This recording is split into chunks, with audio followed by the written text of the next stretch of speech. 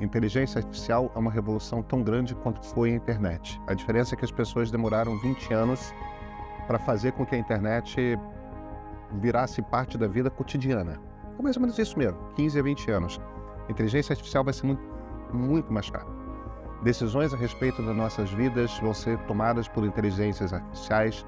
A gente vai usar a inteligência artificial para nos auxiliar nas tarefas do dia a dia o tempo todo. É uma questão de eficiência.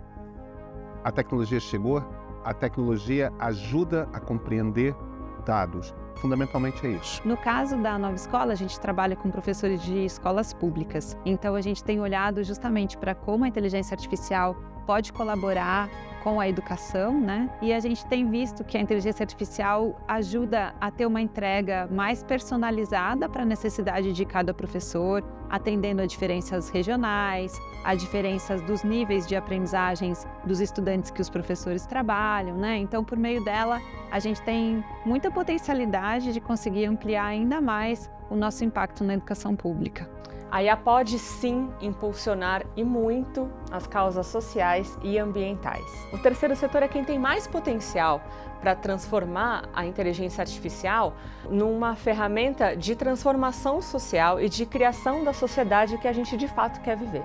Com a tecnologia de inteligência artificial, essas organizações elas podem adaptar ambientes e ferramentas para a inclusão de absolutamente qualquer pessoa. São diversos serviços cognitivos. Hoje a gente conhece muito pelo serviço de AI generativo, que veio pelo ChatGPT, muito famoso, mas para as pessoas também saberem que o AI ele é muito maior. Ele tem outros serviços cognitivos em que você pode permitir a inclusão de pessoas, especialmente com deficiência, pessoas surdas, pessoas cegas, pessoas neurodiversas, com deficiência de mobilidade. Então, tendo esse conhecimento e essa mentalidade de adaptar ferramentas e ambientes, essas instituições podem criar soluções para resolver problemas que a gente até então não tinha ou não conseguia resolver. Num momento em que a gente tem transformações tão grandes acontecendo, trocar experiências e trocar conhecimentos e conhecer a partir da experiência do que o outro está fazendo se torna cada vez mais importante. A gente precisa estar super antenado e conhecendo as transformações para a gente poder usufruir e fazer com que elas cheguem a todos.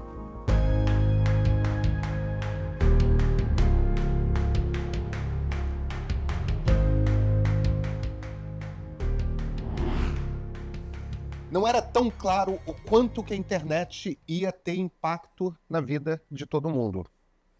Mas é bastante seguro dizer que desde 2014, desde 2015, nenhum de nós vive sem estar 100% do tempo conectado.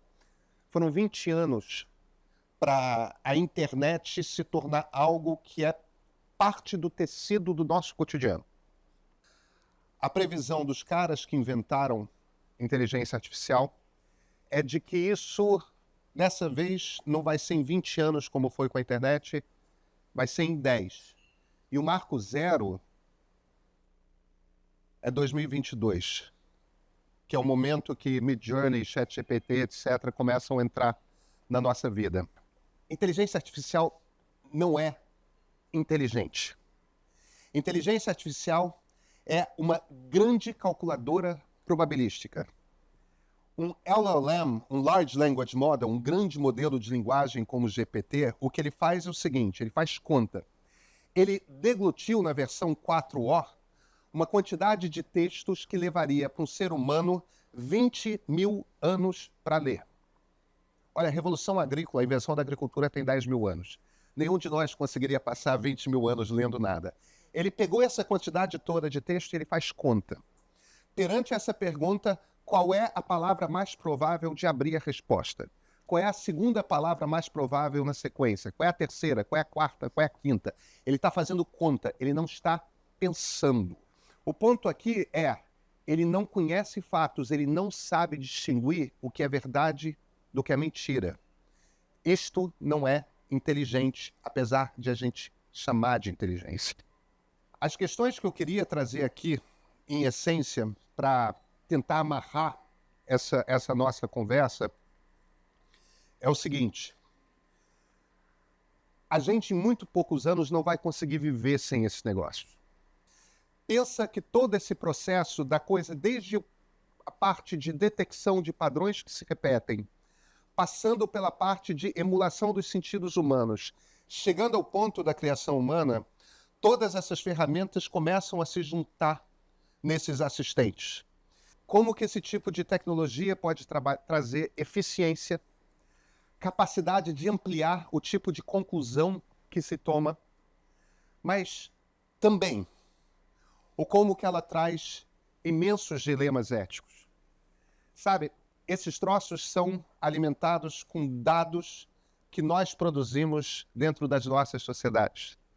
Isso quer dizer que se a gente deixa os algoritmos soltos, eles vão tirar conclusões machistas, eles vão tirar conclusões racistas, eles vão tirar... porque eles são alimentados com dados que representam o que nossas sociedades são.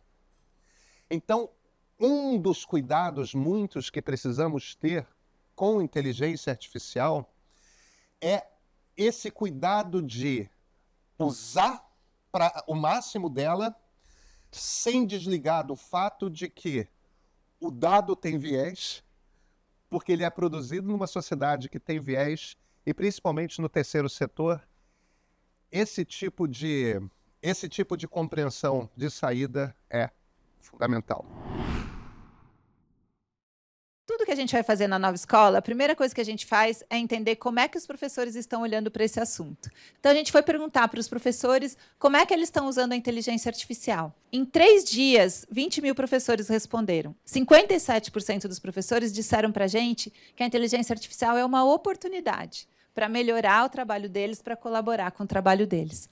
E só 5,4% acharam que é uma ameaça. A maior parte deles está usando para construir planos de aula. Eles usam também para aprimorar conhecimentos, mas veja, construir novas atividades, planejar avaliações, são variações do mesmo tema, né? Que é usar para conseguir ter mais opções de atividades, mais ideias.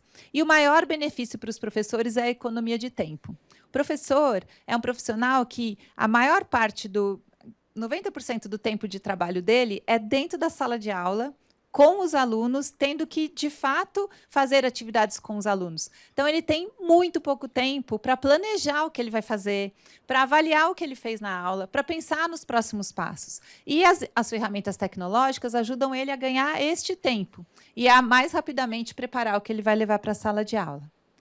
Bom, para a gente, o futuro da nova escola é ter um ciclo contínuo e personalizado para cada professor. O que a gente quer com a inteligência artificial é conseguir ter mais dados sobre cada professor, entender os dados sobre cada professor e fazer uma entrega mais personalizada à necessidade de cada professor. Tá? E o que a gente espera também é que, com a inteligência artificial generativa, a gente tenha o professor produzindo mais conteúdos que alimentam o nosso acervo de conteúdos e a própria IA generativa produzindo conteúdos que entram para esse acervo, ampliando muito o leque de opções que a gente tem para oferecer para os professores. A gente tinha um programa que chama AI for Earth, e esse programa ele dava justamente nuvem e tecnologia para causas ambientais. Então, a gente conseguiu colocar todas as imagens da Amazônia pelo Planetary Compute. A gente conseguiu colocar todas as imagens da Amazônia inteira, que é tipo metade da Europa, dentro da nuvem. E aí a gente processou essas imagens, que eu já vou explicar exatamente como, para gerar mapas e dados de como seria o desmatamento depois de 1 ano. O que a gente conseguiu fazer? Uma inteligência artificial que lia estradas ilegais. E por que é importante estradas ilegais? Vai estar se perguntando o que estrada ilegal tem a ver com desmatamento. As estradas ilegais, na verdade, elas têm uma sobreposição de 85% com as áreas de desmatamento.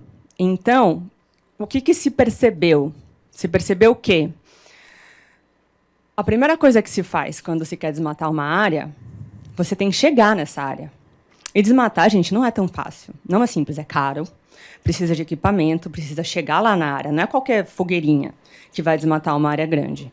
Então, você tem que realmente ter acesso àquela área de uma maneira ampla. Então, primeiro você abre a estrada, e aí depois você faz o desmatamento lá para o que quer que seja que você quer fazer de atividade legal. O satélite tira a foto e lê. Ah, aqui é verde, verde, verde, aqui tem uma minhoquinha marrom. É uma estrada.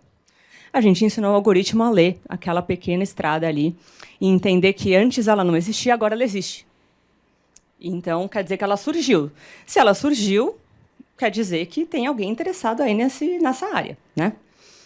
Esse algoritmo que a gente criou era uma mistura entre o reconhecimento de imagem das estradas ilegais com dados socioeconômicos. Então, analisando os dados passados, eles conseguiram entender como os dados socioeconômicos e de ocupação territorial se relacionam com o desmatamento e combinaram esses dois algoritmos. O algoritmo estatístico de dados socioeconômicos versus desmatamento passado com o algoritmo de reconhecimento de imagem para entender as estradas ilegais.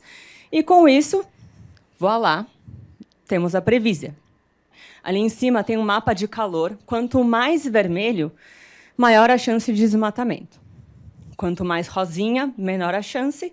E áreas que não têm mapa de calor é porque não tem muito risco de desmatamento. Eu quero sempre lembrar para vocês, para lembrar na ponta. E se a gente faz a ponta, a gente não só gera prosperidade econômica, quanto a gente inclui. É um momento mágico, porque quem está aqui sempre pensou naquele que está excluído, que não faz parte, ou no mercado, seja por um aspecto de legislação, seja por um aspecto econômico.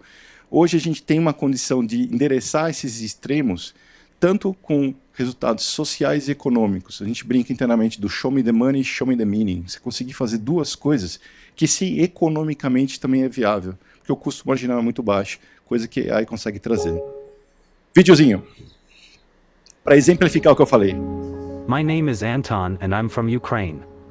As a freelance developer living with cerebral palsy, tasks like typing and speaking can be difficult, which limits my ability to communicate effectively. I realized early on that I was different from others and encountered discrimination and inequality at a young age.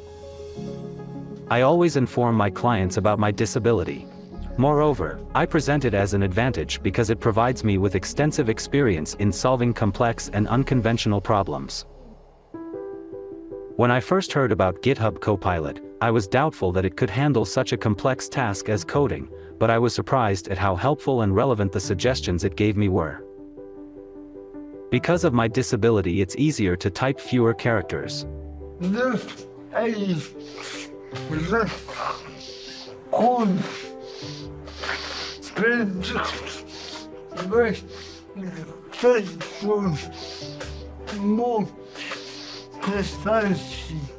I can now not only write the code itself, but also detailed comments, documentation, and project descriptions. Previously, I physically couldn't afford to do this. I firmly believe that AI has enormous potential to make a positive impact on the lives of people with disabilities. It has truly assisted me to optimize my workflow. I aim to harness the power of AI for the betterment of our lives. E ainda tem pessoas que vêm e falam, nossa, AI vai excluir pessoas vão ficar para trás, e a gente sequer percebe que pessoas que estavam excluídas hoje vão poder fazer parte e em escala dessa nova sociedade. Então, o recap da apresentação, lembrar, são os ambientes e as ferramentas que são deficientes e não as pessoas. Não pensar em média, mas pensar em extremos. E pensar que a inteligência artificial, com seus diversos serviços cognitivos, permitem que pessoas, organizações, criem ambientes onde a gente possa incluir pessoas, especialmente com deficiência em escala.